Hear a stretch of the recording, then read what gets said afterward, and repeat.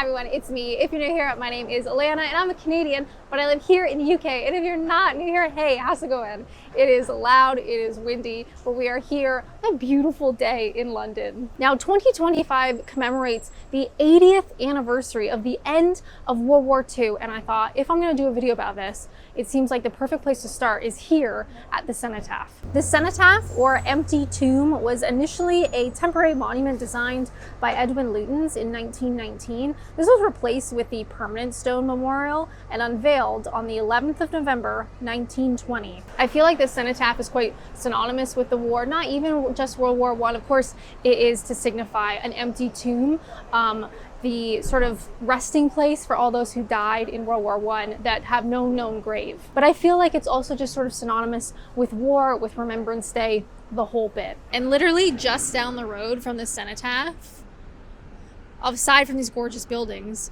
we have the memorial to the women of World War II. Quite a bit different in terms of style, in terms of like materials used. It's quite imposing and it really stands out against these white buildings. Now, what do you focus on when you want to do a video about World War II? Like, there's a lot. But something that stands out to me as a foreigner is sort of like, it's kind of hard to explain, but like the British spirit, the stiff upper lip when it came to the war. And I feel like one of the best places to start learning about is the Battle of Britain. So that is what I've chosen for this video. That is something that I would like to learn more about because the front line was here in London. So I hope you like this video, and without further ado, let's go. Hi everyone, grab a seat. So I thought we would start here. Battle of Britain, the 13-hour dogfight that denied Luftwaffe air superiority by timeline. There are actually loads of documentary style videos on YouTube about the Battle of Britain. Loads, if you want to go down a rabbit hole after this video. This is over an hour. We're not going to watch all of this. That's not fair to timeline, but I'm excited to learn something new. So grab a seat and let's get going.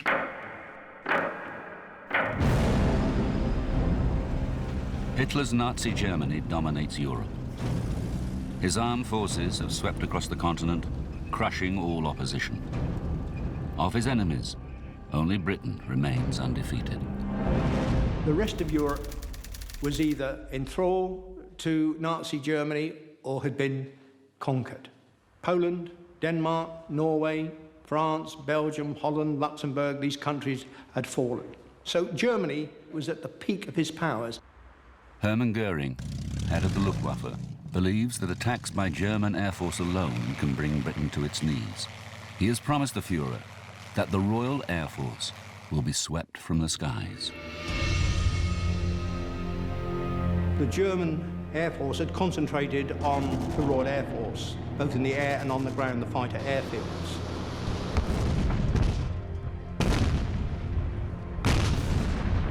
Germans were flying what they termed free hunts, 100, 150 fighters sweeping over southern Britain, hunting out the Hurricanes and Spitfires. An instruction went out to our pilots not to engage these fighters unless they were escorting bombers. So the myth started to grow that the Royal Air Force was being depleted and defeated.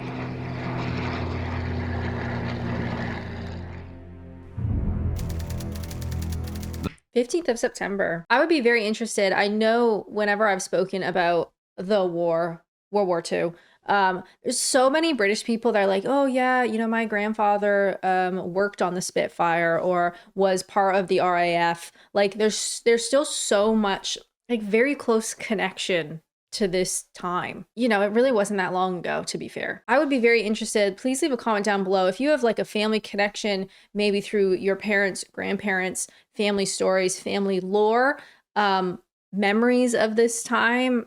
It feels to me, someone born in the 90s does feel like, you know, a different world away, but it really wasn't that long ago. The following events take place between 6:30 a.m. and 7:30 p.m. 13 hours that proved a turning point in the war with Germany. I did not realize this was a 13-hour stretch. Or at least the turning point was only 13 hours. Sunday dawns for a country that has lived in fear of invasion for more than 3 months. We had the Germans knocking at the door. If the Air Force had been overwhelmed, they would have been in London within a week or so. We couldn't have stopped it.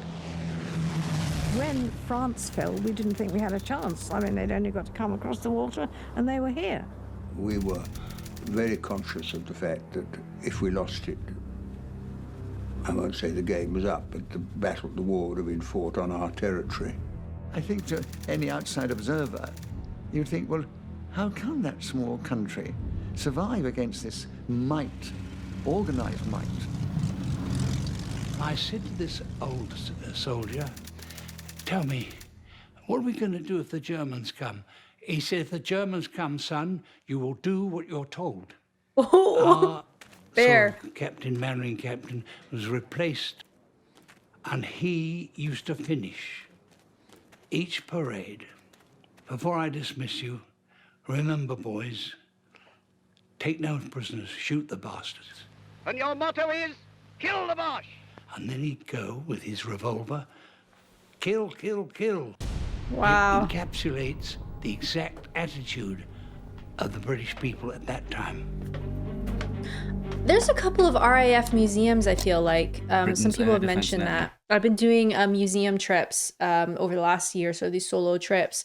Maybe an RAF museum. I feel like there's multiples, but I'm in Kent. So this, of course, this is about England. But I do feel like there is a connection with the Southeast. You know, you're like the closest county, the closest area during this time. I wonder if an RAF museum is in the future. Let me know. Work prepares itself for the 13 hours ahead. The air defence of Great Britain was divided up into 4 fighter groups.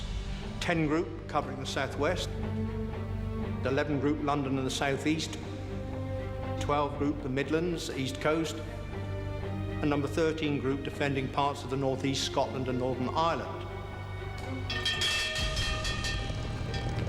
As the day begins, one squadron from each sector is brought to readiness. The integrated air defence of the United Kingdom is all down to the foresight of Sir Hugh Dowding. When he took over Fighter Command, he reorganised the air defence of the United Kingdom into the group system. The Germans had nothing like it, and in fact, they just did not realise what they were up against. Fascinating. 8:02 a.m. A lone German Heinkel bomber on a weather reconnaissance flight flies westward along the English Channel. Out of range of British fighters, its progress is monitored by an innovation that is the cornerstone of Dowding's air defence system. We had radar, which of course gave us eyes into the continent, so we could see the build-up of aircraft, and we could see the aircraft coming across towards the UK. This would give us time to get the aircraft up off the ground and into position to meet any given threat. CH radar was entirely in the business of defence, in other words, picking up bombers at 90 miles range before they ever started crossing the channel. Thank you, Anne. Did you know, recently I'm on the path to British citizenship, dual citizenship, and you have to pass this British culture exam, this test. And one of the questions is, who invented radar? Did you know it was a British person? Probably. I can't remember his first name. I want to say Richard, but it's like Watt, something Watt. This is so bad. Robert Watson Watt. That's how I remembered it, Watt. He had a double barrel surname, Watt. But this was a question, and I actually got this question on my exam. If you fail the exam, you can't continue on the path to like permanent residency and citizenship. The more you know. I've just jumped ahead a little bit. It's not fair to Timeline for us to just sit and watch their entire video. That's not reaction, that's stealing. But this section seems to talk about the civilians, which is what I'm really interested in. For the people of southeast England, increasingly accustomed to living in the shadow of war, it's a Sunday morning like many others. But it will not be a day of rest for many. For up picking is round again, and the family is sitting out on its pilgrimage to the green fields of Kent. For some children, it is the start of another day of a working holiday in the countryside, far from the dangers of picking war. hops. We should go That's to hop so pick on the fun. same farm every year in September. Now, it was traditional to wait for, we used to have 2 notifications about 10 days before we actually went, when Mum and Dad used to get a card saying, we booked a bin and hut for you. Because you was agriculture workers, that time, 1940, you got extra rations. It is pretty crazy, like, and this is why I wanted to sort of focus on this part of the war, that British people just continued on, right? Like, what else are you gonna do? There's not like wailing in the street. They're just like, yeah, we went on a hop picking holiday like we did every year, and we got extra rations, and people are just like going about their day as best they can. There's something about that sort of spirit that is special. Okay, we're jumping ahead in the afternoon. 12:11 p.m. 12:11. The German formations turn away from London and head back towards the English Channel, harried all the way by Spitfires and Hurricanes. 2 of the bomber pilots decided it was time to go home. They didn't fancy, they'd never seen so many Spitfires and Hurricanes together in one time, so they took a turn. They broke off from the right side of the formation, which brought the 2 of them towards me. As they were coming over, they thought they'd get a bit more speed, so they started to jettison their bombs.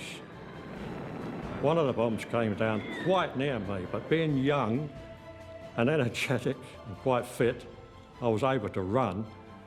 I felt the blast of the bomb. Wow. But I managed to keep my feet. I ran into the caves. Jeez. Well, when the German formation started its retreat from London, RAF fighters were concentrating on trying to bring the aircraft down. The German commander of that formation, Alois Lindmayr, kept his formation together as tightly as possible, knowing that if it was split up, individual aircraft would be doomed. And he beat a brilliant tactical retreat. He managed to get most of his formation back across the channel. Wow. As a Canadian, obviously, Canada was geographically quite removed from the war, from this conflict. Obviously, we were ultimately involved, but from a personal perspective, I know my grandfather fought alongside the British. I think he was D-Day +7 as a Canadian soldier with the British. And so there is like that family connection, even though we were quite far away. And while we're here, actually, while I was in London filming the intro at the Cenotaph, I found something that I was so surprised. I wanted to share it with you guys. Hi, it's me again. Ooh, a jump scare. Now, when I was researching this video of what I wanted to learn about, what I wanted to watch, doing the intro at the Cenotaph, I did not know, and maybe it's just me, leave a comment down below if you knew, there is a monument to the Battle of Britain. Right here, literally a 5-minute walk from the Cenotaph, and I'm looking directly, spin you around maybe, at the London Eye. I've been here so many times and I've never noticed. Unveiled in 2005, the monument is designed to commemorate those who took part in the battle. So of course, we have the airmen commemorated with their names in bronze, but there's all these really intricate scenes to remember everyone. So obviously the military, but the people and the civilians as well. So you can see spotters looking for enemy planes, you can see ground technical staff, you can see women working in the munitions factories, along with just regular everyday civilians during the Blitz. And it is so 3D, I know that's stupid to say, but the centerpiece is called the scramble, where the airmen are running towards their planes because they've been ordered to scramble to intercept enemy planes, and they are literally running out of the monument. And I know it's kind of cheesy, but this is probably one of the most interesting memorials that I've ever seen. It is so intricate. You can see like the emotion in everyone's face and all the different sort of scenes, and it's a lot. It is really, really interesting. And if you are ever in this part of London, do come check it out. I can't believe I've never seen this before. And I think it just goes to show, it's one of those things that I love about London is no matter how many times I come here and how many times I visit, obviously I don't live in London, but the amount of times I've visited, and there are still so many things that I didn't know existed. There's that famous quote, I'm gonna butcher it, "Man who tires of London tires of life." Oh, one of the boats is leaving. There's always something going on here. It's kind of hard to get the scale, but can you see him? Can you see me? This guy's huge. The whole thing is huge. It's actually kind of scary. He's not gonna come to life. That's not a real thing, Alanna. But this thing is huge. Anyway, I just think this is incredible. If you're enjoying this video, I hope so. Make sure to subscribe, like, you know, whatever. Leave a comment if you like, that's nice. Anyway, I think that's it for me. Back to Alanna watching this video. Welcome back, everyone. Wasn't that so interesting? I honestly think that's one of the best memorials I've ever seen. Anyway, it's now 2 p.m. during the Battle of Britain. 2:14 p.m.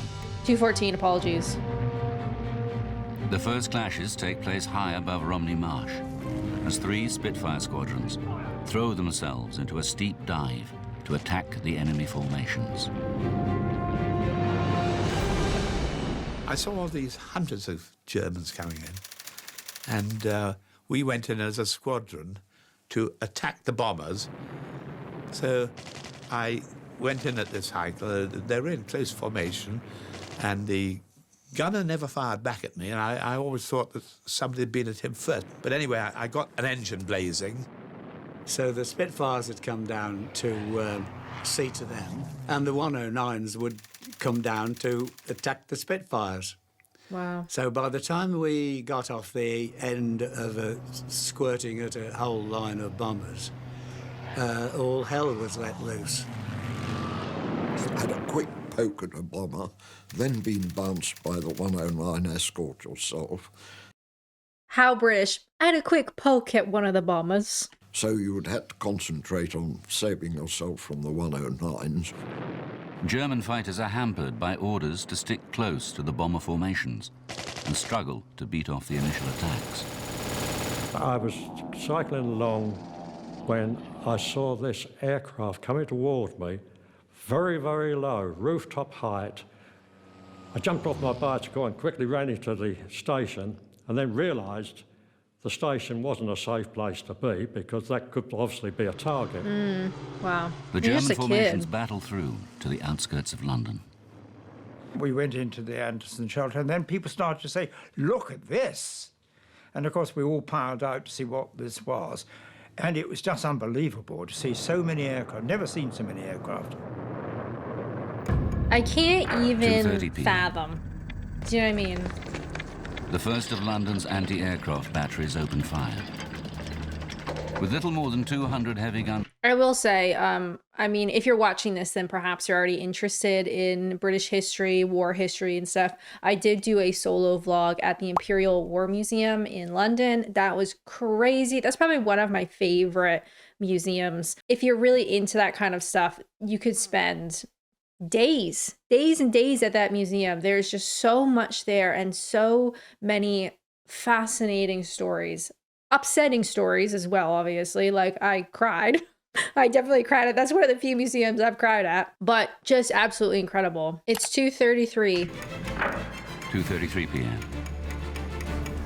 The command system is becoming overloaded with reports of squadrons engaging and dogfights underway. The situation boards and the plotters' activity tell a story of total commitment. Just tracking this stuff would have been a nightmare. During a battle, the operations room would be calm, controlled, and orderly. According to one of the ladies that worked here, when aircraft were up, it was chaotic and extremely noisy. Churchill observes the crowded plotting table, sensing that the action is approaching a climax. He looks for signs of squadrons being held in reserve. He asked Park, how many reserves do we have left? The answer was none. Everything was committed for the afternoon raid. Wow. Park, later described as a man who could have lost the war in an afternoon, has sent every available squadron into action. All or The nothing at that decisive point. hour has arrived.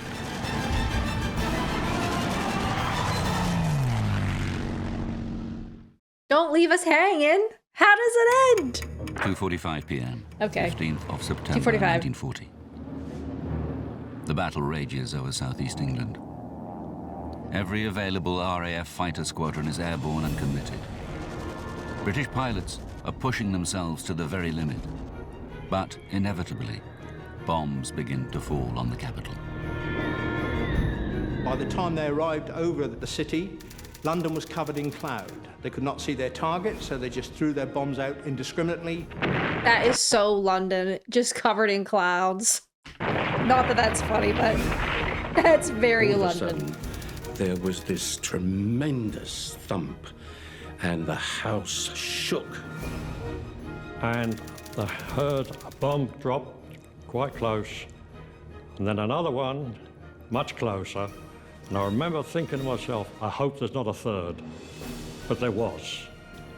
All the lights went out. It was pitch dark. All the dirt and dust came up from the floor. Everyone was choking. But fortunately, we were alive.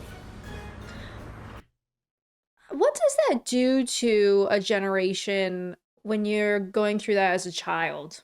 Like, this was posted 7 years ago. I'm not sure when it was made or what generations would be alive now, but like the consequences of like the mental terror of being a child and being bombed in your house. Do you know what I mean?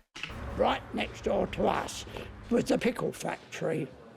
I like this guy. There's a pickle factory. Tell us, Herbert. And there was pickles flying everywhere. There were bottles bursting everywhere, because everyone owned the bikes, you know. There was pickles flying everywhere. It was flying everywhere. Oh, it brings a tear to my eye, that man. And they dropped with a hell of a bang, and windows got blown in, and roofs got blown off, and very strange things happened to houses. You'd get them sliced right through, and there'd be a gap, and you'd see all the wallpaper of all the rooms of that house that was still standing. But these were the ghosts of the house that had gone. During the war, people got killed, but you never looked at it from that point of view. I suppose the fighter pilots were the same, really. They just glad till they shot someone down. It was either them or us. The raiders turn for home. Their escort fighters have already left with barely enough fuel for the return flight. And then there were sitting ducks, and that's why there were so many German bombers shot down. 3:15 p.m. As the retreating bombers reach the channel, they are met by fresh German fighters, hastily dispatched from bases in France. Fresh Thanks, British France. fighters racing towards the battle from bases in Exeter engage them. But British fighters are forced to abandon the chase. They are low on fuel and ammunition, and forbidden to pursue the enemy out across the sea.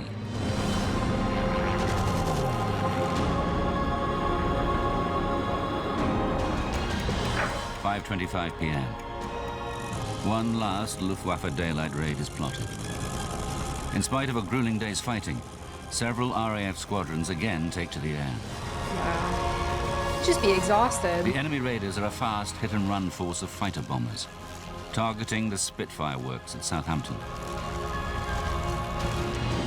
But they are driven off without loss to either side.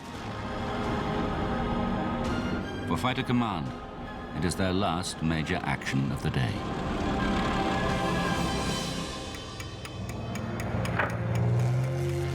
Today was the most costly for the German Air Force for nearly a month. In daylight raid, 2 cents for a paper. between 350 and 400 enemy aircraft were launched in 2 attacks against London and southeast England. About half of them were shot down. In the heat of battle, RAF pilots believe they've shot down many more aircraft than they have. Actual German losses are more down to earth. The Luftwaffe has lost 79 aircraft and more than 130 aircrew, compared to RAF losses of 29 aircraft with 12 pilots killed. Nonetheless, it represents a stunning victory. It was a defining point in the war. 2 days later, Hitler postponed Operation Sea Lion. He realized that the Luftwaffe had not defeated the Royal Air Force, therefore the invasion could not go ahead. And you felt so proud of these wonderful young men who was defending us. Yes, I mean, they were, in that sense, heroes to us. These were people who were giving their lives and protecting us. The fighter squadrons, a highly organized defense system, and the national spirit of resilience have taught the Nazi regime an abrupt lesson. It is their first military defeat. Incredible. I realize that's like such a, I mean, it's a great video. If you want to watch the whole video, of course, I'll put the link down below. Great job, timeline. Incredible interviews. I think that's what makes it too, right? Is getting firsthand interviews with people who were eyewitnesses, who were involved. Like it makes it so much more real. But that was absolutely incredible. It is crazy to think how 13 hours made such a difference. Thank you guys so much for watching. I hope that was interesting for you. I feel like I've learned a lot, and I know what I'm going to be doing the rest of the day. Watching YouTube documentaries. If you would like to watch something else, can I suggest my Imperial War Museum? Genuinely, I think one of the best museums in London. But as always, thank you guys so much for watching, and until next time, bye!